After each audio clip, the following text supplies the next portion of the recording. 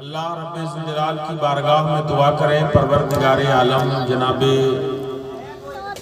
عبدالرقیب صاحب مرحوم و مغفور کو کروٹ کروٹ جنت نصیب فرمائے۔ ان کے وارثین نے آج یہ محفل سجائی ہے۔ رب ذوالجلال اپنے والد گرامی کے ایصال ثواب کے لیے یہ محفل سجانے کا صلہ ان کی اولاد کو عطا فرمائے۔ بولیے آمین۔ ایک مسئلہ میں آپ حضرات سے پہلے پوچھتا ہوں، پھر میں تقریر اسی حساب سے آپ لوگوں کے بیچ کروں گا۔ ایک بات بتائیے، جنازوں میں کاندھا دیتے ہیں کہ نہیں دیتے ہیں؟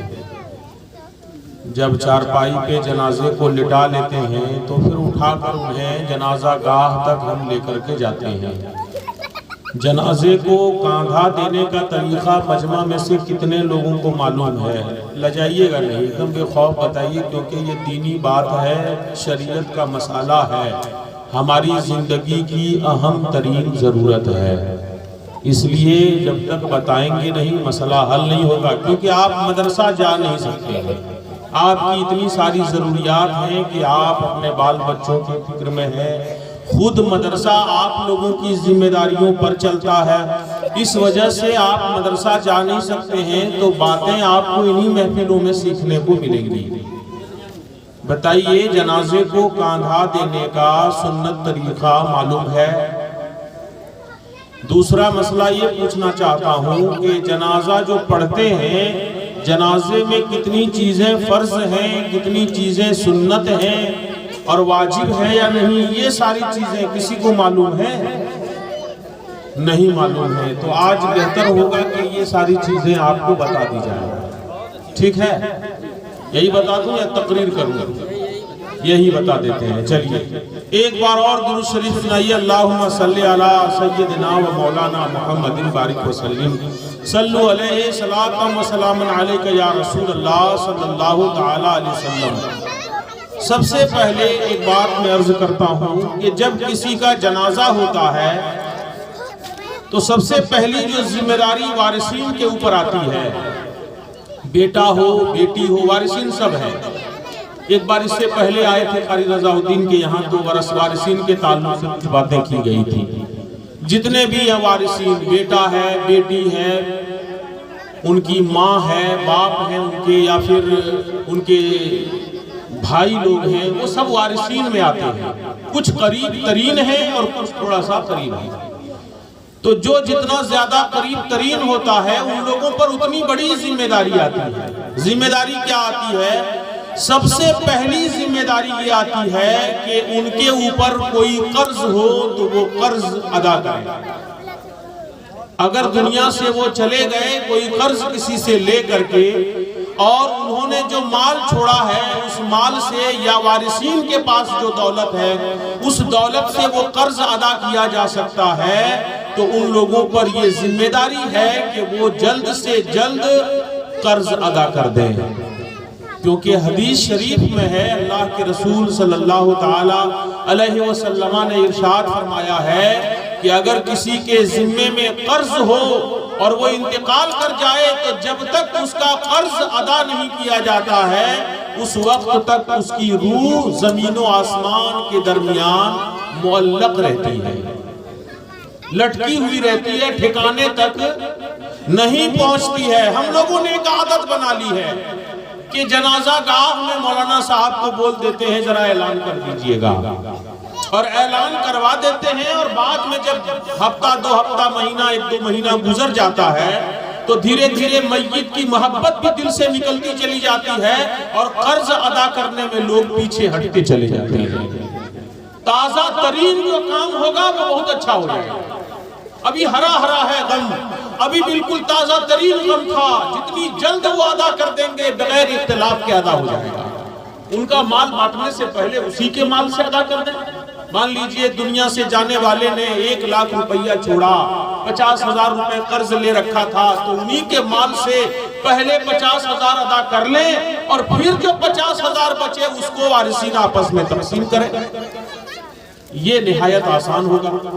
تو قرض جب تک ادا نہیں کیا جاتا ہے اس وقت تک اس کی روح اپنے ٹھکانے تک نہیں پہنچتی ہے، زمین و آسمان کے درمیان میں لٹکی ہوئی رہتی ہے، اور بہت ہی خطرناک مسئلہ ہے قرض والا۔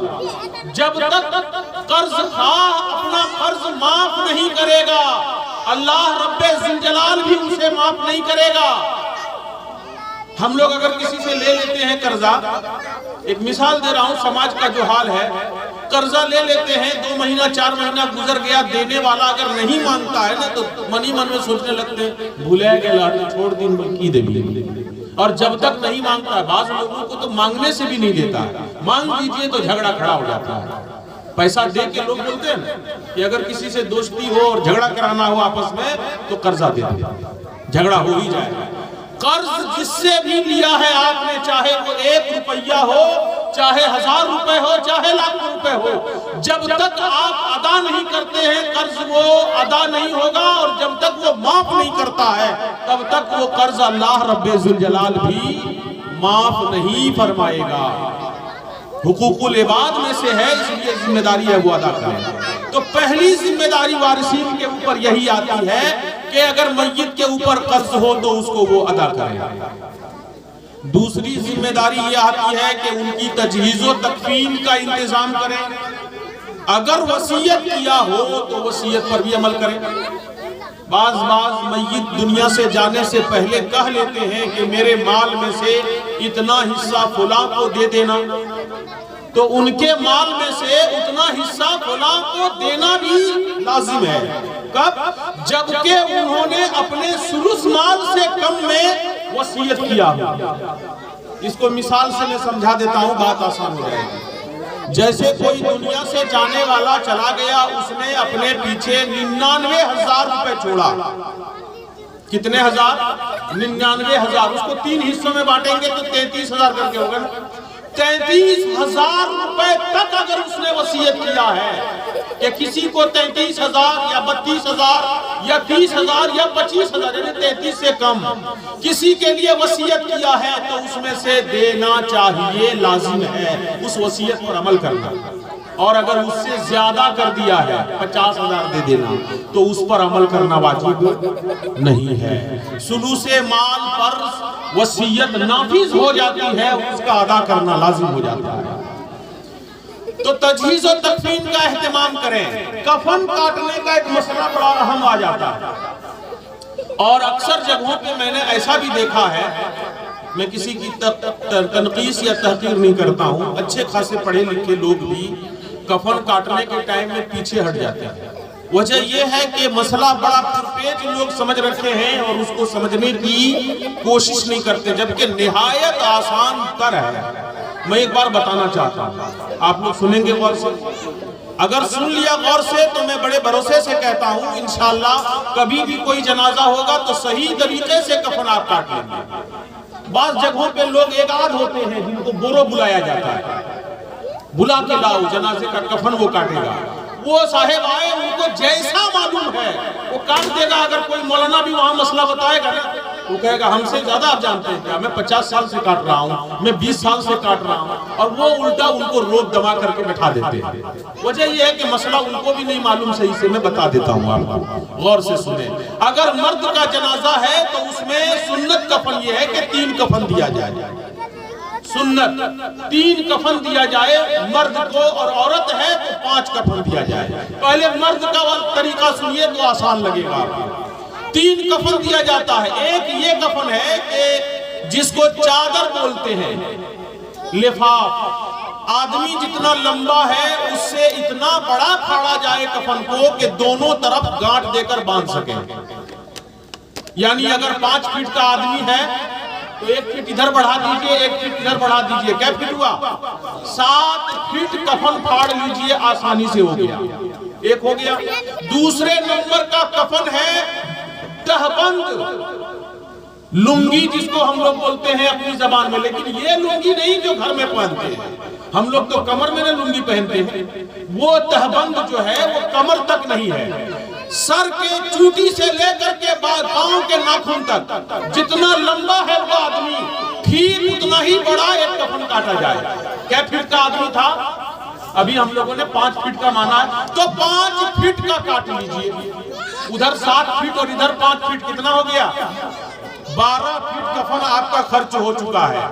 اب اس کے بعد ایک کفن ہے قمیص، تیسرے نمبر پر کرتا جس کو بولتے ہیں اردو میں۔ قمیص پھاڑیے، قمیص کتنا لمبا، گھٹنے کے نیچے سے لے کر کے گردن یہ کاندھا پر ہو کر کے پھر پیچھے کی طرف گھٹنے کے نیچے تک آ جائے۔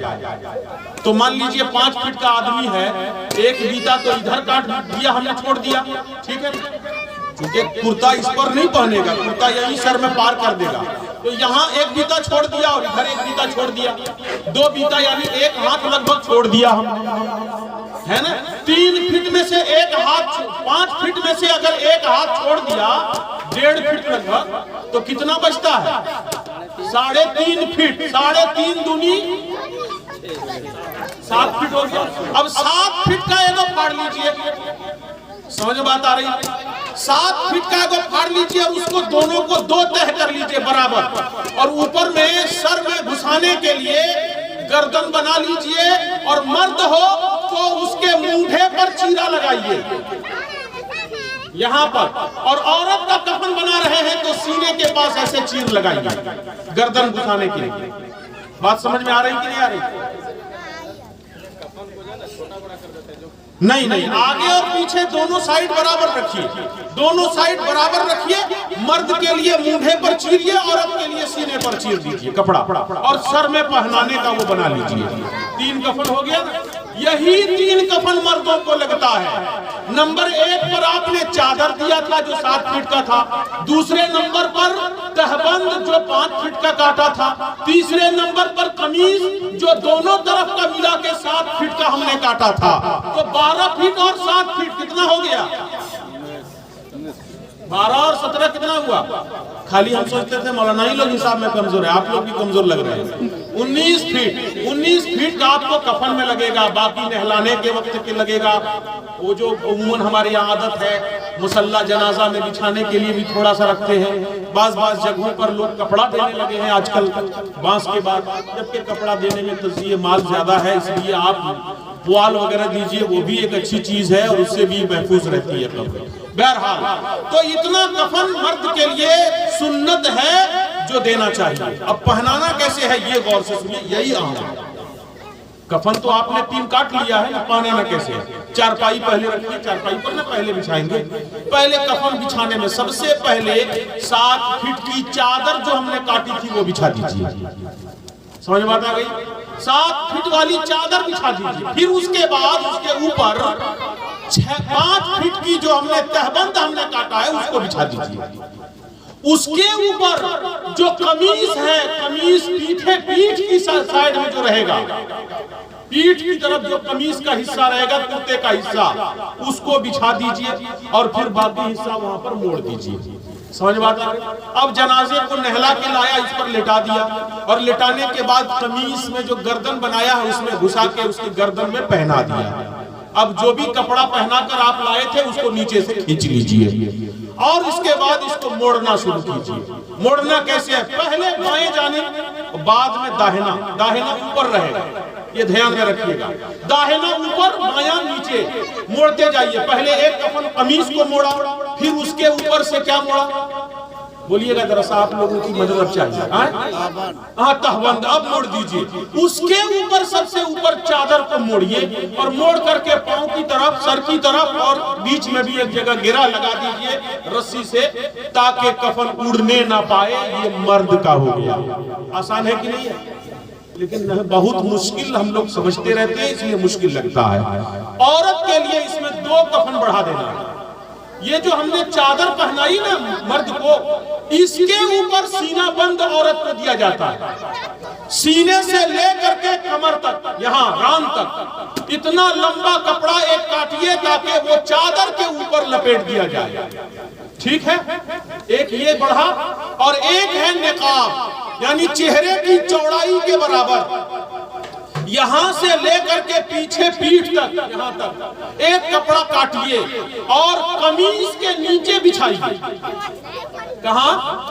قمیص جو کرتا پہنایا وہ کرتا کے نیچے، کرتا موڑ دیا، موڑنے کے بعد اوپر سے نقاب ڈال دیں گے ایسے منہ پر، منہ پر نقاب ڈال دیا، اسی کو اوڑھنی بولتے ہیں، اس کو ڈال دیا۔ عورتیں جو اوڑھنی اوڑھتی ہیں اس ٹائپ کی نہیں ہے کہ پورا اڑھا دیجیے، وہ بس 1-1.5 فٹ کا کپڑا کاٹ لیجئے، بہت لمبا تو 3 فٹ کاٹیے، ادھر 1.5 فٹ نیچے اور ادھر 1.5 فٹ نیچے، اتنا لمبا کپڑا کاٹ کر کے سر پہ چہرے پر ڈال دیجئے، اس کے اوپر تہبند موڑ دیجئے، اس کے اوپر سے چادر موڑ دیجئے، اور سب سے اوپر سے آپ سینہ بند موڑ دیجئے۔ سمجھ میں بات آئی کہ نہیں آئی؟ عورت میں 2 کپڑا بڑھا، ایک سینہ بند وہ سب سے اوپر رہے گا، اور ایک رہے گا نقاب اوڑھنی، وہ قمیص کے اوپر سے اڑھا دینا، نیچے سے اوپر چہرے پر۔ بات سمجھ میں آ گیا؟ بس یہی 5 اور یہی 3 کپڑے عورتوں اور مردوں کو دیا جاتا ہے۔ آگے سنیے اب مسئلہ، اب اس کے بعد جنازے کو لے کر کے ہم چلتے ہیں جنازہ گاہ کی طرف۔ تو جنازے کو کاندھا دیا جاتا ہے، اور دینا بھی چاہیے، بہت زیادہ ثواب ہے۔ رسول کریم صلی اللہ تعالیٰ علیہ وسلم کا فرمان ہے کہ جو جنازے کو 40 قدم کاندھا دیتا ہے، اللہ تعالیٰ اس کے 40 کبیرہ گناہوں کو معاف کر دیتا ہے۔ کہیے سبحان اللہ۔ کبیرہ کا لفظ آیا ہے روایت میں، جبکہ کبیرہ توبہ کرنے کے بعد، اس میں ایک شرط محدثین نے لگائی ہے کہ توبہ کے بعد وہ کبیرہ اللہ رب ذوالجلال معاف فرما دے گا۔ کبھی کبھی ایسا ہوتا ہے کہ بڑا گناہ کرنے کے بعد توبہ بھی آدمی کرے نا تو اللہ توبہ قبول نہیں کرنے لگتا ہے۔ تو اگر وہ جنازے کو کاندھا دے گا تو اس کی برکت سے رب قدیر اس کے اس کبیرہ گناہ کو توبہ کی وجہ سے معاف فرما دے گا۔ اور دوسری حدیث شریف میں ہے کہ جو جنازے کو 40 قدم کاندھا دیتا ہے، اللہ رب ذوالجلال قیامت کے دن یقینی طور پر اس بندے کی بخشش فرما دے گا۔ کہیے سبحان اللہ۔ کتنا معمولی کام ہم کر رہے ہیں، جنازے کو کاندھا دے رہے ہیں، اور اس کی وجہ سے اللہ ہم کو بخش رہا ہے۔ کیوں چھوڑیں یہ آسان کام؟ اس لیے اس کو کرنا چاہیے اور جنازے کو کاندھا دینا چاہیے۔ کیسے دینا ہے؟ سب سے پہلے جنازے کے داہنی طرف آپ آ جائیے، جنازے کا بھی داہنا پڑے گا اور آپ کا بھی کاندھا داہنا ہوگا۔ دھیان دیجئے گا، آپ جب جنازے کو کاندھا پر لے کے چلتے ہیں تو اس کا داہنا ہاتھ جس سائیڈ میں رہے گا اس سائیڈ میں آپ آ جائیں گے، اور اپنا داہنا کاندھا لگا کر کے سرہانے کی جانب سر کے پاس چلے جائیے، اور اس پائے میں اپنا داہنا کاندھا لگا کر کے کم سے کم 10 قدم چلیے۔ کم سے کم کتنا؟ 10 قدم۔ اس کے بعد وہ کسی دوسرے کے حوالے کیا، اب پیچھے پاؤں کے پاس داہنے ہی طرف آ گیا، اور اسے بھی اپنے داہنے کاندھے پر لیا اور 10 قدم اور چلے۔ کتنے ہو گئے؟ 20 قدم ہو گئے کم سے کم۔ کوئی 15 چلے گا تو 30 قدم ہو جائے گا۔ اب اس کے بعد بائیں جانب آ جائیے، اور بائیں جانب سرہانے میں جا کر کے سر کے پاس جا کر کے اپنا بایاں کاندھا لگائیے اور 10 قدم اور چلیے۔ کتنے ہوئے؟ 30 قدم کم سے کم ہوئے۔ اب اس کے بعد اخیر میں جنازے کے بائیں جانب ان کے پائنٹی میں آ کر کے اپنا بایاں کاندھا لگا کر کے 10 قدم چلیے۔ یہ کل 40 قدم ہو گئے۔ اس طریقے سے اگر ہم نے 40 قدم کاندھا دیا تو جو میں نے حدیث پاک سنائی کہ اللہ اس کو کل قیامت کے دن یقینی طور پر بخش دے گا، اللہ اس کے 40 کبیرہ گناہوں کو معاف فرما دے گا، وہ اس بشارت کا مستحق ہوتا ہوا نظر آئے گا۔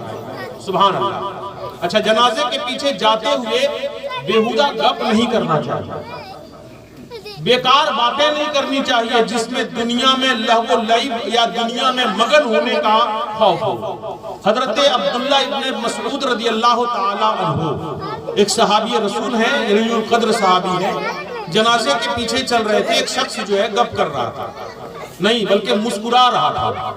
کیا کر رہا تھا؟ مسکرانا جانتے ہیں نا آپ؟ مسکرانا کا مطلب آواز نہیں نکالنا، صرف دانت دکھا دیا منہ پھاڑ کے، وہ مسکرانا ہوتا ہے۔ مسکرا رہا تھا، آپ نے انہیں منع کیا، جنازے کے پیچھے جا رہے ہو نہ مسکراؤ۔ حکم کیا ہے؟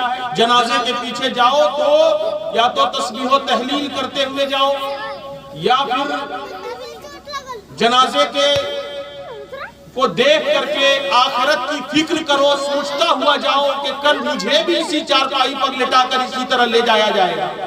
یہ فکر کرو، آخرت کی سوچو، اور اگر یہ بھی نہیں کر سکتے ہو تو کم سے کم خاموش رہو۔ یہ حکم ہے، لیکن وہ مسکرا رہا تھا، آپ نے منع کیا، نہیں مانا۔ تو حضرت عبداللہ ابن مسعود نے فرمایا کہ اگر تو خاموش نہیں رہے گا تو زندگی بھر کبھی میں تم سے بات نہیں کروں گا۔ اللہ اکبر۔ کوئی صحابی اگر کسی مسلمان کو، کسی صحابی کو یا تابعی کو اگر وہ دھمکی یہ دے دے کہ میں کبھی تم سے بات نہیں کروں گا تو یہ یقیناً بہت بڑا جرم ہے۔ اس لیے ہم لوگوں کو اس سے بچنا چاہیے۔ ایک طریقہ میں بتاتا ہوں جو بڑا بہترین مجھے سمجھ میں آیا۔ کوئی ایک آدمی ترجمان بن جائے۔ مدرسوں میں آپ نے دیکھا ہے صبح سلام کے وقت بچے جب سلام پڑھتے ہیں ایک وہ آگے کھڑا کر دیتے ہیں، وہ پڑھاتا ہے، سب پڑھتے ہیں۔ ایسے ہی جنازے میں ایک آدمی ترجمان بن جائے اور وہ صلاۃ و سلام کا ورد کرتا چلا جائے۔ درود و سلام تو ہر جگہ پڑھنے کا حکم ہے نا، تو کوئی ایک کہے الصلاۃ والسلام علیک یا رسول اللہ، اب اسی کو سب مل کر کے دہرائیں تو اچھا ہوگا۔ ذکر بھی جو ذکر میں سب سے اعلیٰ ذکر ہے، نبی پر درود پڑھنا، وہ بھی ہوتا رہے گا اور جنازہ بھی اپنی منزل کی طرف چلتا جائے گا۔ سبحان اللہ، یہ ایک نیک کام ہو جائے گا۔ یا پھر کلمہ طیبہ پڑھ لیں، وہ بھی بہترین ذکر ہے، اسے کریں۔ کوئی ایک کہے لا الہ الا اللہ زور سے۔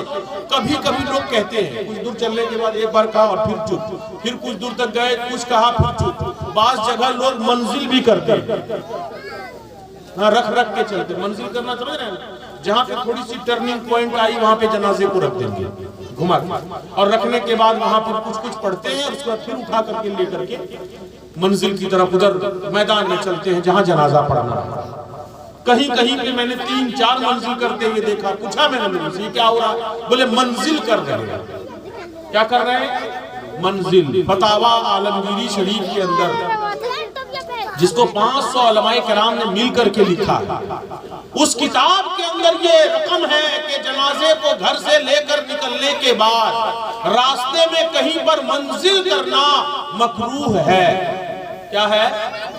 تو دیہات میں لوگ کہتا ہے مکروہ ہے نہیں، کرنے مکروہ کو ہلکا، مکروہ کو بھی اگر کوئی بہت ہلکا سمجھ لے گا وہ مکروہ نہیں رہے گا، وہ بڑا گناہ بن جائے گا۔ کوئی بھی ناپسند عمل اگر حقیر سمجھ لیا جائے تو وہ چھوٹا نہیں رہتا، بڑا ہو جاتا ہے۔ اس لیے مکروہ ہے یعنی اللہ اس کے رسول کو ناپسند ہے تو وہ کام نہ کرے، درمیانی چال میں چلتے ہوئے جنازے کو منزل تک لے کر کے چلے، زور سے بھی نہ چلے کہ جھٹکا لگے، کیونکہ ہمارا عقیدہ تو یہ ہے، پیارے آقا نے بھی ہمیں حکم دیا ہے کہ جنازے کو معتدل چال میں لے کر کے چلو جس سے جنازے کو تکلیف نہ ہو، کیونکہ اب اس کے احساسات بھی ہم سے زیادہ بڑھ چکے ہیں۔ ایک زندہ کے اندر جتنا احساس نہیں رہتا ہے اس سے زیادہ ہمارے مردوں میں احساس رہتا ہے۔ سبحان اللہ کہیے۔ ایک مزے کی بات بتا دیتا ہوں، احساس کیسے ہم سے زیادہ ان کا ہو جاتا ہے۔ قبرستان جاتے ہیں تو ہم سلام کرتے ہیں کہ نہیں کرتے ہیں؟ کیا کرتے ہیں سلام؟ کسی کو یاد ہے؟ یا السلام علیکم یا اہل القبور، ماشاءاللہ یاد ہے، یہی کہہ کے سلام کرتے ہیں ہم لوگ۔ میدان جیسے ہی قبرستان کے ہم حدود میں داخل ہوئے فوراً ہم نے السلام علیکم یا اہل القبور یہ کہہ کر کے سلام کرتے ہیں۔ اچھا ایک بات بتائیے، سلام کرتے وقت ہم بیٹھ جاتے ہیں یا کھڑے ہو کر سلام کرتے ہیں؟ ایک پتے کی بات یہاں بتانا چاہتا ہوں، بولیے نا۔ کھڑے ہو کر سلام کرتے ہیں اور جب مردوں کو دیکھ کر سلام کرتے ہیں یا بن دیکھے سلام کرتے ہیں؟ کوئی بھی آج تک نہیں کہہ سکتا ہے۔ ایک جگہ بولنے لگا ایک آدمی، میں نے پوچھا کہ آج تک آپ لوگوں نے مردوں کو دیکھ کے سلام کیا؟ تو ایک آدمی کھڑا ہو گیا، کہا میں نے دیکھا ہے۔ میں نے کہا آپ یہاں کیسے آ گئے؟ آپ کو تو نہیں رہنا چاہیے، مردہ کو دیکھ کر کے کوئی سلام کیسے کرے گا؟ اور مردہ کو جو دیکھ لے گا وہ یہاں رہے گا؟ اگر یقین نہیں ہوتا ہے تو میں آپ کو بتاتا ہوں نا، جو عبدالرقیب صاحب آج تک ہمارے دلوں میں رہتے تھے، ہم ان سے بیٹھ کر گپ کرتے تھے، دل کو سکون اور قرار ملتا تھا، آج اگر قبر سے کفن پہنے ہوئے اٹھ کے آ کے مجلس میں بیٹھ جائے، بیچ کرسی میں آ کے درمیان میں کوئی بیٹھ جائے وہی آ کر کے، یا کوئی بھی آپ کے گاؤں کا، آپ کا چچا، آپ کا بھائی، آپ کا برادر بیٹھ جائے آ کر کے، تو بولیے مجمع میں کوئی آدمی رہے گا؟ ہمت ہے؟ ایک مردے کی دھمک اتنی ہوگی کہ خالی آ کر کے بیٹھ جائے، جدھر تاکے گا صفحہ خالی ہو جائے گا، سب اٹھ کے فرار ہونا شروع ہو جائے گا۔ مردے کی طاقت اتنی بڑھی گئی، سبحان اللہ، اتنی طاقت اللہ نے انہیں بڑھا دی کہ اب وہ اکیلا ہم سب پر بھاری ہونے لگا۔ تو جنازہ کو ہم جاتے ہیں بن دیکھے یا لگا کر سلام کرتے ہیں، یا بھی لگا ہوا ہے، یہ یا ہم لوگوں نے نہیں لگایا ہے، بریلی کے امام احمد رضا نے نہیں لگایا ہے، یہ مصطفیٰ جان رحمت مدینے کے سرکار نے لگایا ہے کہ سلام کرنا تو یا لگا کے سلام کرنا۔ نبی کو معلوم تھا آنے والے زمانے میں مردوں کو یا لگا کے سلام کرنے پر مسئلہ کھڑا ہوگا، اس لیے سلام کا لفظ امت پر نہیں چھوڑتا ہوں، ڈھال کر دے دیتا ہوں، تاکہ جو بھی میری یا کا مانے گا وہ میرا ماننے والا ہوگا۔ سبحان اللہ۔ ورنہ کہہ سکتے تھے کہ جا کے سلام کر لینا، چاہے جو لفظ تم بنا لو اپنا بنا کے سلام کر لینا، لیکن لفظ ہم لوگوں پر نہیں چھوڑا، نبی نے بنا کے دے دیا، اسی لیے تاکہ کوئی بعد میں اعتراض نہ کر سکے اور ہر کسی کو یہی سلام کرنا پڑے۔ تو سب کرتے ہیں، اور مردوں کو بن دیکھے کھڑے ہو کر یا لگا کر سلام کرتے ہیں تو شرک نہیں ہوتا ہے۔ مسجد میں سنی نبی کو بن دیکھے یا لگا کر کھڑے ہو کر یا نبی سلام علیکم کہہ دیتا ہے تو جھگڑا کھڑا ہو جاتا ہے۔ ہوتا ہے کہ نہیں ہوتا ہے؟ بولیے نا، کبھی آپ کو ملے تو پوچھ لیجئے گا، بھائی جان ذرا بتاتے جائیے آپ نے جو یہاں سلام کیا تو بیٹھ کے کیوں نہیں کیا اور کھڑے ہو کر کے کیا؟ تو دیکھ کر کیا یا بن دیکھے، یا لگا کے کیا یا بن یا کے؟ بولے گا یا لگا کر، کھڑے ہو کر بن دیکھے تو بولیے گا پھر جب آپ کے چچا کو، آپ کے بھتیجا کو جو گاؤں کے قبرستان میں لیٹا ہوا ہے، بن دیکھے یا لگا کر کھڑے ہو کر سلام کرنا جائز ہے، تو نبی کو بن دیکھے یا لگا کر کھڑا ہو کر سلام کرنا کیوں جائز ہے؟ اس لیے ہم نبی کو بھی یا لگا کے سلام کرتے ہیں۔ بہرحال تو مردہ کو جب سلام کرتے ہیں نا تو حدیث شریف میں ہے کہ وہ تمہارے سلام کو سنتا بھی ہے اور جواب بھی دیتا ہے۔ اچھا، بن سنے کوئی جواب دے گا کیا؟ نہیں دے گا، سلام سنے گا، اسی لیے حکم بھی ہے کہ زور سے سلام کرے۔ آج کل ایک رواج پڑ گیا، یہ بھی مسئلہ بتا دیتا ہوں، بعض لوگ سلام کے لفظ زبان سے ادا بھی نہیں کرتے، دل میں بھی گزارتے نہیں ہوں گے میرے خیال۔ آپ کو جیسے ہی دیکھا ادھر سے آتے ہیں یعنی سلام علیکم، کوئی ایسے دو انگلی اٹھا کر، یہ سلام نہیں ہے، یہ حضور کا طریقہ ہے۔ سلام یہ ہے کہ لفظ سے کہیں، چاہے وہ سنے نہ سنے، اگر دور میں ہے، شور شرابے میں ہے تو اس لفظ کو وہاں تک نہ پہنچا سکے تو اشارے کو پہنچائے، یعنی گویا کہ لفظ بھی کہیں اور اشارہ بھی کریں۔ اگر صرف اشارہ کیا لفظ نہیں کیا تو یہ سلام نہیں ہے، یہ سلام ثواب نہیں ملے گا سلام کا۔ بات سمجھ میں آ رہی؟ اس لیے زبان سے سلام کا لفظ کہیں تو ہم لوگ بھی دیکھتے ہیں کبھی کبھی کوئی کرتا ہے نا تو ہم لوگ بھی یعنی کم نہیں، ہم لوگ بھی ایک دم ہاں لیجئے نا، آپ دکھائیے گا تو ہم لوگ بھی لیجئے، یعنی جیسا سلام ویسا جواب۔ حضرت ابو الاسود دوئلی کا ایک روایت یاد آتی ہے، سبحان اللہ، بڑے مزے کی بات ہے، کہیے تو کہتا۔ حضرت ابو الاسود دوئلی رضی اللہ تعالی عنہ صحابی رسول اللہ، ان کے گھر پر میرے آقا تشریف لے گئے، کسی ضرورت سے گئے، جانے کے بعد دیکھا دروازہ بند ہے، اندر وہ ہے، سلام کیا میرے آقا نے جا کر کے، سلام کیا السلام علیکم، کوئی جواب نہیں آیا، پھر کہا السلام علیکم، کوئی جواب نہیں آیا، پھر کہا السلام علیکم، کوئی جواب نہیں آیا۔ میرے آقا وہاں سے پلٹے، ایک سبق دے دیا امتیوں کو، سبحان اللہ، کہ کبھی کسی کے گھر جاؤ تو بے دھڑک اندر نہیں چلا جانا، دروازے پہ جا کے پہلے سلام کرو، اگر جواب مل جائے پھر اجازت مانگو، میں آیا ہوں، آ سکتا ہوں اندر، اجازت ملے تب اندر گھسنا۔ لیکن ہم لوگ اس پر عمل کرتے ہیں۔ اچھا ایک بات بتائیے، آپ صحیح بتائیے گا دل پر ہاتھ رکھ کر کے، میرے گھر اگر آپ آ گئے، سلام کیا، میں نے جواب دے دیا کھڑکی سے وعلیکم السلام، آپ نے پوچھا اندر آؤں، میں نے کہہ دیا نہیں، بتائیے کیا ہوگا کیا بتائیے؟ آپ وہاں سے تو نکل جائیے گا، مگر باہر میں میدان جنگ میں اتر جائیے گا، بولیے گا ایسے مفتی صاحبوں نے سلام کر بو ارنے پر گھر جاؤ کی سوچ میں اپنے آپ کے بہت قابل ہے کیا، یہ بہت ساری بات، جبکہ ایک مسلمان کو یہ حق ہے کہ وہ چاہے تو آپ کو اجازت دے، چاہے تو منع کر دے۔ اجازت دے دیا تو آپ اچھے ہیں، خوش ہو گئے جائیے، اور نہیں اجازت دیا تو ناراض ہونے کا حق آپ کو نہیں ہے۔ میرے نبی نے سلام کیا، جواب نہیں ملا، بغیر ناراض ہوئے پلٹ گئے۔ جبکہ وہ ساری امت کے مالک و مختار ہیں، ساری کائنات کے مالک و مختار ہیں، پھر بھی آپ اندر نہیں گئے، واپس پلٹ آئے۔ حضرت ابو الاسود دوڑ کے دروازہ کھولتے ہر نبی کے قدموں پر گر جاتے ہیں۔ وہ کر کیا رہے تھے معلوم ہے؟ دروازے میں ایک خام تھا چھوٹا سا، اسی سے دیکھ رہے تھے کہ میرے آقا آ رہے ہیں۔ جب دیکھا آ گئے تو سلام کیا نبی نے، السلام علیکم، تو ابو الاسود نے آہستہ سے جواب دیا۔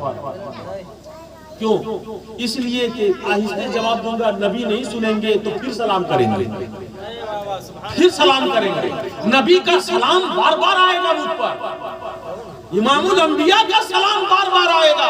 ایک بار کیا، آہستہ سے جواب دیا، پھر سلام کیا، پھر آہستہ سے جواب دیا، پھر کیا، پھر آہستہ سے جواب دیا۔ نبی پاک سمجھے گھر میں کوئی نہیں، واپس پلٹے، انہوں نے دروازہ کھولا، قدموں پر گر گئے، بولے یا رسول اللہ واپس کیوں جانے لگے؟ کہا میں نے سلام کیا جو شریعت کا حکم ہے، 3 بار جب جواب نہیں آیا تو میں واپس پلٹا۔ آقا کی بارگاہ میں ابو الاسود عرض کرتے ہیں یا رسول اللہ نہیں سلام کا جواب تو میں دے رہا تھا، مگر صرف اس لیے آہستہ دے رہا تھا تاکہ آپ کا سلام بار بار مجھ پر آتا رہے، میں بار بار آپ کے سلام کا مستحق بنتا رہا۔ مسئلہ یہاں اس لیے یاد آ گیا کہ چونکہ سلام کا جواب وہی دیتا ہے جو سنتا ہے، اور جو سنے گا، ایک واقعہ یہی تھا کہ سن کر بھی جواب آہستہ وہ دے رہے تھے، لیکن سلام کا جواب جو سنے گا وہ جواب دے گا، اور نہیں سنے گا تو جواب نہیں دے گا۔ تو مردہ سلام کا جواب بھی دیتا ہے تو سنتا بھی ہے، اور حدیث شریف میں ہے اِنَّهُ لَيَسْمَعُ قَرْعَ لِعَالِهِمْ، بے شک وہ تمہارے جوتوں کی آواز کو بھی سنتے ہیں۔ ہم جو قبرستان میں چلتے ہیں نا، بہت آدمی گاڑی پار کر دیتا ہے، دھان کا لے کے لوڈ کیا ہے، راستہ نہیں مل رہا ہے، قبر پر سے گزار دیا، تب کنسبل لے دیا، اور گزار لے گا، بولے گا کہ چل تھوڑا سا وقت کہیں پر مسجد میں 10 روپیہ 11 روپیہ ڈال دیں گے لوٹا میں کام بن جائے گا۔ بتائیے کسی کے کلیجے پہ گاڑی چلا کے آپ بولیے گا مسجد میں 10 ٹکا دے دیں گے تو معاف ہو جائے گا؟ نہیں، کبھی بھی ایسا نہ کریں، کسی مردے کو تکلیف نہ پہنچائیں۔ ان کو اس کی بھی آواز ملتی ہے جو ہم جوتوں میں اپنے پیدا کرتے ہیں، جوتوں کے ذریعے سے جو آواز آتی ہے وہ بھی سنتے ہیں، تو ہمارے سلام کو بھی سنتے اور جواب بھی دیتے ہیں۔ یہ میرے آقا نے فرمایا، حدیث کا یہ مطلب ہوا۔ اب یہاں جو سمجھنے والی بات ہے وہ آپ لوگ غور سے سنیے، سلام کا حقدار کون ہوتا ہے یہ سوچئے گا غور سے۔ کبھی بھی آپ بیٹھ کے، یہاں پہاڑ ہے سامنے بہت بڑا، کوئی بھی پہاڑوں کا، جموں کا، گوپال پور کا آدمی بتا نہیں سکتا کہ کسی کتاب میں لکھا ہے کہ جب گھر سے نکلو بڑا پہاڑ دیکھو تو سلام کر دو، کہیں لکھا ہے؟ نہیں، پہاڑ کو سلام نہیں کیا جاتا ہے، درختوں کو سلام نہیں کیا جاتا ہے۔ کیوں؟ اس لیے کہ اس کے اندر زندگی نہیں ہے۔ کیا نہیں ہے؟ جان نہیں ہے، جس کو ہم بولتے ہیں نا زندگی نہیں، زندہ نہیں ہے، اس کو ہم زندہ نہیں مانتے ہیں، زندگی والا نہیں مانتے ہیں، اس لیے سلام نہیں کرتے۔ گویا سلام کا حقدار وہی بنے گا جو زندگی والا ہوگا۔ ٹھیک ہے نا؟ سمجھ میں بات آ رہی؟ ذرا آپ لوگ بلائیے گا، سرور تب سمجھوں گا میں کہ آپ لوگ سمجھ رہے ہیں۔ زندگی والا ہوگا تب سلام کو وہ کا مستحق بنے گا، یہی نا؟ بولیے نا جی۔ تو اچھا ایک بات بتائیے، گھر میں مرغا مرغی بکرا بکری رکھے ہیں آپ، وہ زندگی والا ہے کہ وہ زندگی والا ہے نا؟ وہ چلتا پھرتا بھی ہے، چرتا بھی ہے، آواز بھی لگاتا ہے، سب کچھ ہے اس کے اندر، وہ زندگی والا ہے، تو وہ پھر سلام کا مستحق ہے یا نہیں؟ نہیں، وہ سلام کا مستحق نہیں ہے۔ کیوں؟ زندگی والا ہے لیکن پھر بھی سلام کا مستحق نہیں ہے۔ اس سے یہ سمجھ میں آیا کہ صرف زندگی کافی نہیں ہے، سلام کے لیے عقل و شعور بھی چاہیے۔ کیا چاہیے؟ عقل و شعور بھی چاہیے، زندہ بھی ہو اور عقل و شعور والا بھی ہو تب سلام کا حقدار ہوگا۔ تو جانوروں کو سلام اس لیے نہیں کرتے ہیں کہ وہ عقل و شعور والا نہیں ہے۔ اچھا آپ کے ابا حضور گھر میں سو رہے ہوں، چارپائی پر کھراٹے لے رہے ہوں تو سلام کیجئے گا آپ؟ بولیے میں کوئی سلام کرتا ہے نیند حالت؟ نہیں۔ کیوں؟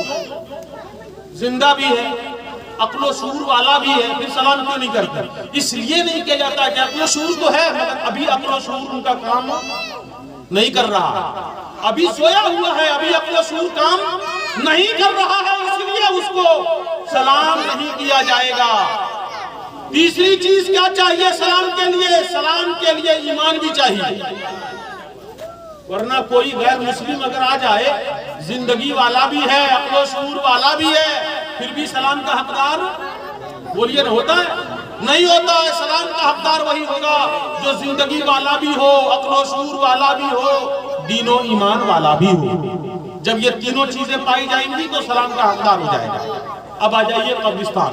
نبی نے قبر پر جانے کے بعد مردوں کو سلام کرنے کا ہمیں حکم دیا ہے، تو یہ حکم دے کر کے میرے نبی نے ہم لوگوں کو یہ بتا دیا کہ جس قبرستان میں تم گئے ہو وہاں پر مٹی کے ڈھیر صرف نہیں ہے، وہاں پہ جو لیٹا ہوا ہے وہ مرا سڑا گلا نہیں ہے، بلکہ لیٹے ہوئے لوگ زندگی والے بھی ہیں، عقل و شعور والے بھی ہیں، دین و ایمان والے بھی ہیں۔ سبحان اللہ۔ اسی لیے نبی نے انہیں سلام کرنے کا حکم دیا۔ اگر ان کے اندر یہ چیزیں نہ ہوتی تو انہیں سلام کرنے کا حکم نہیں دیا جاتا۔ پتہ چل گیا کہ قبرستان میں لیٹے ہوئے زندہ بھی ہیں، عقل و شعور بھی رکھتے ہیں اور دین و ایمان بھی رکھتے ہیں۔ سبحان اللہ۔ اسی لیے ان کو سلام کرنے کا، ورنہ مرگھٹ پہ جا کے کوئی سلام کرتا ہے کیا؟ کیونکہ وہاں دین و ایمان نہیں ہے، اس لیے سلام نہیں کیا جاتا۔ بہرحال تو مردے ہم سے زیادہ حساس ہو جاتے ہیں، ہم سے زیادہ ان کا شعور بڑھ جاتا ہے۔ وجہ یہ ہے کہ ہم جاتے ہیں قبرستان، صرف سلام کرتے ہیں، اپنا منہ کھولتے ہیں، بول دیتے ہیں، نہ مردے کو ہم دیکھ پاتے ہیں، نہ مردے کی آواز کو جو جواب وہ دیتا ہے وہ سن پاتے ہیں۔ ہماری سماعت بھی کام نہیں کرتی، ہماری بصارت بھی کام نہیں کرتی، صرف ہم بولتے ہیں، ایک کام ہم کرتے ہیں۔ اور مردہ ہو کر کے بھی ہمارے سلام کو سنتا بھی ہے، ہمیں دیکھتا بھی ہے اور سلام کا جواب بھی دیتا ہے۔ سبحان اللہ۔ تو وہ زیادہ طاقتور ہوا یا ہم لوگ زیادہ طاقتور ہوئے؟ وہ طاقتور ہوا، اس کے اندر زیادہ طاقت ہے، وہ تینوں کام کرتا ہے، ہم صرف ایک کام کرتے ہیں۔ اچھا ایک بات اور بتائیے، مدد کس سے مانگی جاتی ہے؟ کمزوروں سے یا طاقتوروں سے؟ اسی لیے ہم لوگ اپنے غوث و خواجہ سے مدد مانگتے ہیں۔ ہم سے زیادہ طاقتور ہے وہ جو سمجھتے ہیں کہ ہمارا تو پھنسا ہوا ہے پہلے سے، تو ہم مدد مانگ کے کریں گے کیا، کچھ تو ہونے والا نہیں ہے، تو انہوں نے کہہ دیا شرک ہے۔ نعوذ باللہ من ذالک۔ درود شریف پڑھیں، اللہم صلی علی سیدنا و مولانا محمد بارک وسلم، صلو علیہ صلاۃ و سلام علیکہ یا رسول اللہ صلی اللہ تعالی علیہ وسلم۔ ایک بات اور عرض کرتے ہیں، جنازے میں کتنی چیزیں فرض ہیں؟ یہ بھی میں نے پوچھا تھا، یہ مسئلہ بھی بتا دیتے ہیں۔ جنازے کے اندر دو چیزیں فرض ہیں۔ کتنی؟ دو چیزیں فرض ہیں، ان دونوں کے بغیر جنازہ ہوگا نہیں۔ وہ دو چیزیں کیا ہیں؟ نمبر ایک، کھڑا ہونا، کھڑا ہو کر جنازہ پڑھنا فرض ہے۔ کوئی بغیر کسی عذر کے بیٹھ جائے گا اور بیٹھ کے پڑھے گا نہیں ہوگا۔ پہلا فرض ہے کھڑا ہونا، قیام، اس کو کیا بولتے ہیں عربی میں؟ قیام۔ کہیے سبحان اللہ۔ اللہ تعالیٰ نے کیا ہمیں کتنی بڑی حکمت ہے دین اسلام میں۔ کچھ لوگوں نے کہا نا کہ قیام کرنا شرک ہے، یہاں پہ اللہ نے مردے کے سامنے ہاتھ بنوا کے کھڑا کر دیا۔ یہاں کھڑا ہو، نہیں کھڑا ہوگا تو جنازہ نہیں ہوگا۔ کھڑا ہونا فرض قرار دے دیا جنازے میں، وہ بھی مردہ کے سامنے ہاتھ باندھ کر کے۔ اور کتنی عظمت اور وقار کتنا بڑھ جاتا ہے مردے کا، جب تک ہم زندہ ہیں امام صاحب کے پیچھے، اقتدیت بہذا الامام، اور جس دن انتقال کر گئے امام صاحب کے آگے، اب امام صاحب بھی ہم سے پیچھے۔ سبحان اللہ، کیا وقار ہے۔ ایک منچلے شاعر نے کہا تھا، مرنے کے بعد خطا ایک اور کروں گا، مرنے کے بعد خطا ایک اور کروں گا، لوگ پیدل چلیں گے میں کاندھے پہ چلوں گا۔ سبحان اللہ۔ شوق سے محبت سے لوگ لے کر کاندھے پہ چلتے ہیں، جنازہ گاہ میں رکھتے ہیں۔ تو پہلی شرط یہ ہے کہ کھڑا ہو کر جنازہ ادا کیا جائے۔ دوسرا فرض یہ ہے کہ 4 مرتبہ اللہ اکبر کہا جائے۔ اس کو غور سے سنیے گا، اللہ اکبر اللہ اکبر اللہ اکبر اللہ اکبر، یہ 4 مرتبہ جو 4 تکبیر بولتے ہیں، اللہ اکبر کو تکبیر بولتے ہیں، تو چاروں تکبیر کہنا امام پر بھی فرض ہے، مقتدی پر بھی فرض ہے، اور کم سے کم اتنی آواز سے کہیے کہ خود آپ سن سکیں، فسر فسر یعنی کم سے کم اتنا زور سے کہ آپ کو سنائی دے دے، خشکو آواز جس کو بولتے ہیں، وہ زور سے نہیں کہ پھر دوسروں کو ڈسٹرب ہونے لگے۔ ایک بار کہاں پہ یہ مسئلہ بتا دیے تو لوگ سب امام بن گئے، سب زور زور سے بولنے لگے، مٹھا رہے ہیں، ہاں اس لیے آپ اتنا زور سے کہیں کہ خود سن سکیں، اتنا زور سے کہنا یہ دین اسلام میں ضروری ہے، ہر مسئلے میں، خالی یہیں پر نہیں، نماز بھی جب پڑھیں گے آپ، چاہے جمعے کی نماز پڑھنے گئے ہو، چاہے 5 وقتہ نماز پڑھتے ہوں، جب آپ ثنا پڑھیں، جب آپ قرآن کی تلاوت کریں، جب تسبیح پڑھیں، جب تحیات میں بیٹھ کر تحیات پڑھیں، ساری چیزوں میں اتنا زور سے پڑھنا ضروری ہے کہ خود سنائی دے دے، اور اگر اتنا زور سے نہیں پڑھا، خالی ہونٹ ہلایا، تو اس پڑھائی کا کوئی اعتبار نہیں ہے، اور ہونٹ بھی کچھ لوگ نہیں ہلاتے، نیت باندھ کے کھڑا ہے، اور بعض لوگ تو جمعہ کے دن دیکھیے گا تو تعجب ہوگا، سامنے ہی امام کے سامنے ایک دم نیت باندھ کے کھڑا ہو جاتا ہے، امام صاحب کا منہ تک رہا ہے، امام صاحب تقریر کر رہے ہیں، ایک دم دیکھے جا رہا ہے، امام صاحب بھی ادھر ادھر پھیر دیتے ہیں کہ کتنا زیادہ وہ دیکھ رہا ہے، لیکن وہ جو ہے نظر نہیں پھیرتا ہے، تو ایسی کون سی نماز میں پڑھ رہے ہیں بتائیے؟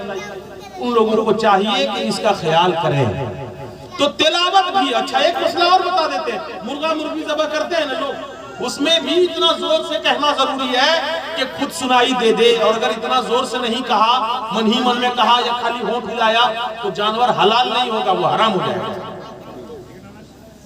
بات سمجھ میں آئی؟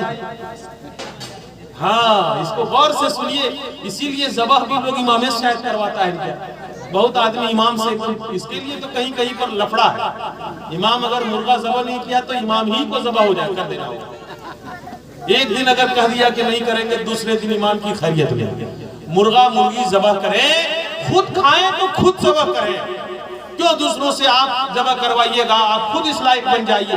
کوئی بھی مسلمان مرد ہو یا عورت بسم اللہ اللہ اکبر کہہ کر کے اگر جانور کو ذبح کر دے گا تو وہ جانور حلال ہو جائے گا، مرد بھی اور عورت بھی کر سکتی ہے، ضروری نہیں ہے کہ پڑھا ہوا دستار لے کر آیا ہوا ہونا چاہیے، ضروری نہیں ہے کہ مفتی یا مولانا یا امام ہونا چاہیے، آپ بھی کر سکتے، چاہے داڑھی نہ رکھا ہو، چاہے نماز نہ پڑھتا ہو، بتا دے رہا ہوں ایسے تو نماز سب پر فرض ہے، چاہے نہ پڑھتا ہو، مومن ہے کہ نہیں؟ تو مومن ہے تو بسم اللہ اللہ اکبر کہہ کر ذبح کر دے، حلال ہو جائے گا۔ اس لیے اب آپ لوگ بھی سیکھیے، ہے کہ نہیں؟ اور زیادہ لوگوں کو پریشان نہ کیجیے۔ بہرحال تو یہ مسئلہ ہوا، اچھا اسی طرح اور بہت سارے مسئلے اس پر سیٹ ہو سکتے ہیں، تو اتنی زور سے کہنا ہے کہ خود سنائی دے دے اللہ اکبر 4 مرتبہ، یہ فرض ہے، چاروں تکبیر اور کھڑا ہوا، 2 چیز ہو گئی، ٹھیک ہے نا؟ کہیں کہیں پر 3 ہی تکبیر میں سلام پھرا گیا، اب آپ تھوڑی دیر کے لیے مفتی بن جائیے، نماز ہوگی؟ بولیے نماز ہوگی؟ نہیں، پھر سے وہ جنازہ پڑھنا ہوگا، کیونکہ فرض جو ہے نا چھوٹ جانے سے نماز ہوتی ہی نہیں ہے، کوئی بھی فرض کسی نماز کا چھوٹ جائے تو نماز نہیں ہوگی، تو 4 تکبیر کہنا فرض تھا، 3 میں ہی سلام پھیر دیا، جنازہ ہوگا؟ بولیے نہ ہوگا؟ نہیں ہوگا، پھر سے پڑھنا ہے۔ بہت جگہ لوگ دفن کرنے کے بعد پوچھتے ہیں یہ بیلے کی بیٹے، تو اب وہاں پر بھی مسئلہ بتا دیتا ہوں، 3 دن سے پہلے، 3 دن 3 رات، علماء نے فرمایا، امام ابو یوسف رحمت اللہ تعالیٰ علیہ کے نزدیک 3 دن 3 رات تک اس کی مقدار متعین کی گئی ہے کہ جنازہ 3 دن 3 رات تک صحیح اور سالم رہتا ہے، اس لیے اس سے پہلے قبر کے پاس جا کر کھڑا ہو کر پڑھ دے، تصور کرے یہ ہے جنازہ، وہیں پر کھڑا ہو اسی ڈھنگ سے پڑھ لے، ٹھیک ہے؟ اور 3 دن سے زیادہ ہو گیا تو اب اجازت نہیں ہے۔ اچھا یہاں پہ ایک بار میں جنازہ پڑھنے کے لیے آیا تھا، شاید جمعہ یا وہ آپ ہی کے یہاں، تو ایک مسئلہ ہوا تھا وہاں پہ کچھ لوگوں کے ساتھ، جنازہ پڑھنے میں کچھ لوگ پیچھے رہ گئے، جنازہ ہو گیا اور وہ پیچھے سے آئے، تو بعد میں وہ لوگ پیچھے کھڑے رہ کر انتظار کرتے رہے، کچھ لوگ شامل بھی ہو گئے، اب شامل ہونے والوں نے کیسے کیا نہیں جانتے، بعد میں پیچھے والے کھڑے رہ گئے، تو ان میں سے ایک آدمی سے میری ملاقات ہوئی، تو میں نے کہا آپ نے پڑھا نہیں؟ بولے کہ پیچھے آ گئے تھے، چھوٹ گئی تھی کچھ تکبیریں، اب کیسے جاتے؟ تو یہ مسئلہ جاننا نہایت ضروری ہے، کیونکہ کبھی کبھی جنازہ چھوٹ جاتا ہے اس کی وجہ سے۔ پیچھے آپ آئے، جیسے جنازے میں 1 تکبیر یا 2 تکبیر یا 3 تکبیر ہو چکی ہے، امام نے سلام نہیں پھیرا، اس سے پہلے آپ آ گئے، تو حکم یہ ہے کہ فوراً جنازے میں آپ بھی شامل ہو جائیں، اللہ اکبر کہہ کے آپ نے نیت باندھ لیا۔ اچھا، نیت دل کے ارادے کا نام ہے، ضروری نہیں ہے کہ زبان سے کہیے تب اللہ اکبر کہیے۔ آپ گھر سے جب چلے تھے نا کہ فلاں کا جنازہ پڑھنا ہے، تو سمجھیے ایک طرح سے ارادہ آپ نے کر لیا ہے، اب بھڑک کے آنا ہے، ٹائم نہیں بتانا ہے، ورنہ سلام پھیر دیا، جنازہ اٹھا لیا تو پھر کام ختم ہو جائے گا، اس لیے جلدی سے اللہ اکبر کہہ کر کے ہاتھ باندھ لیا۔ 1 تکبیر ہو گئی، اب امام صاحب سلام ایک بار پھیرے گا نا لاسٹ میں اللہ اکبر کہہ کر کے، تو وہ ایک اللہ اکبر آپ نے کہہ لیا، اس کے ساتھ 2 تکبیر ہو گئی، اور جیسے ہی امام سلام پھیرے فوراً دھڑا دھڑ آپ 2 تکبیر اور کہہ لیجیے، اللہ اکبر اللہ اکبر، یعنی جنازہ اٹھانے سے پہلے۔ ہمارے یہاں جنازے کے بعد تھوڑی سی دعا بھی ہوتی ہے، تو ٹائم اچھا خاصا مل جاتا ہے، آرام سے اگر 4 تکبیر چھوٹ جائے نا تو وہ 4 تکبیر بھی اللہ اکبر کر کے کہہ سکتا ہے اور جنازے میں شامل ہو، ٹھیک ہے۔ اور جنازے میں یہ مسئلہ ضرور رکھیے یاد۔ اچھا، ایک بات کچھ لوگ پوچھتے ہیں فون کر کے کہ ہمارا چچا تھا، ہمارا بھائی ہے، ہمارا دادا ہے، ہم نہیں پڑھ پائے تھے جنازہ، اب پڑھ سکتے ہیں کہ نہیں؟ یعنی جنازہ دفن کر دیا، 1 دن کے بعد پہنچا، تو آپ پڑھ سکتے ہیں کہ نہیں؟ فقہ حنفی میں امام اعظم رحمت اللہ تعالیٰ علیہ کے نزدیک جب اولیاء جنازہ پڑھ لیں، جنازے کا جو ولی ہوتا ہے نا، جیسے باپ مر گیا تو بیٹا ولی بنتا ہے، بیٹے کی اجازت سے امام بھی پڑھائے گا اور بیٹے کی اجازت سے۔ لیکن ایک بات یہاں بتا دیتا ہوں، مسئلہ غور سے سنیے گا، محلے کا مقررہ امام، جو مقرر کردہ امام ہے، وہ سلطان اسلام کے درجے میں ہوتا ہے، وہ بغیر اجازت کے بھی جنازہ آپ سے بغیر اجازت کے پڑھا سکتا ہے۔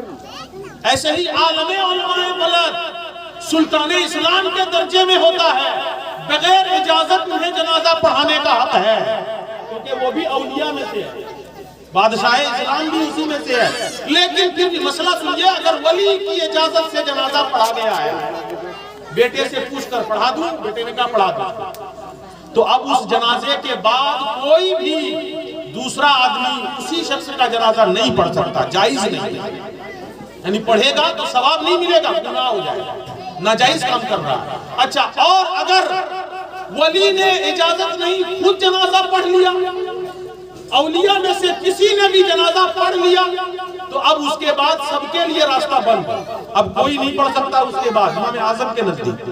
یہی وجہ ہے کہ مفتی شریف الحق صاحب قبلہ امجدی کا جب جنازہ ہوا الجامعۃ الاشرفیہ میں 2000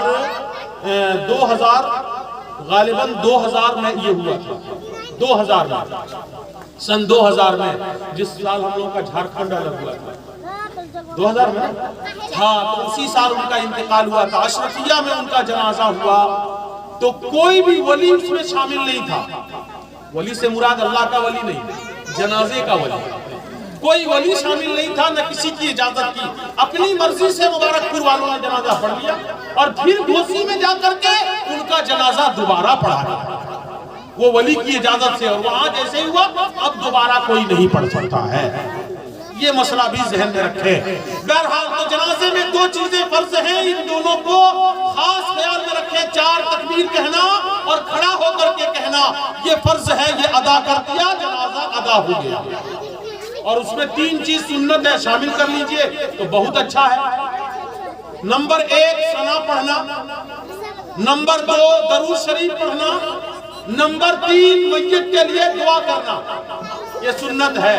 جنازے میں کوئی بھی واجب نہیں ہے، جنازے میں کوئی بھی واجب اور یہ مسئلہ میں علماء کے لیے کہہ دیتا ہوں، واجب کیوں نہیں ہے؟ آج تک سوچا آپ لوگوں نے کیوں نہیں واجب ہے؟ جنازہ میں واجب نہیں ہے، وضو میں کوئی واجب نہیں ہے، آخر وجہ کیا ہے؟ عبادت غیر مقصودہ جو ہے نا اس کے اندر واجب نہیں ہوتا، یہ ذہن میں رکھنا ہے۔ اللہ رب ذوالجلال کی بارگاہ میں دعا کریں پروردگار عالم ہم سب کو ان باتوں پر عمل کی توفیق عطا فرمائے۔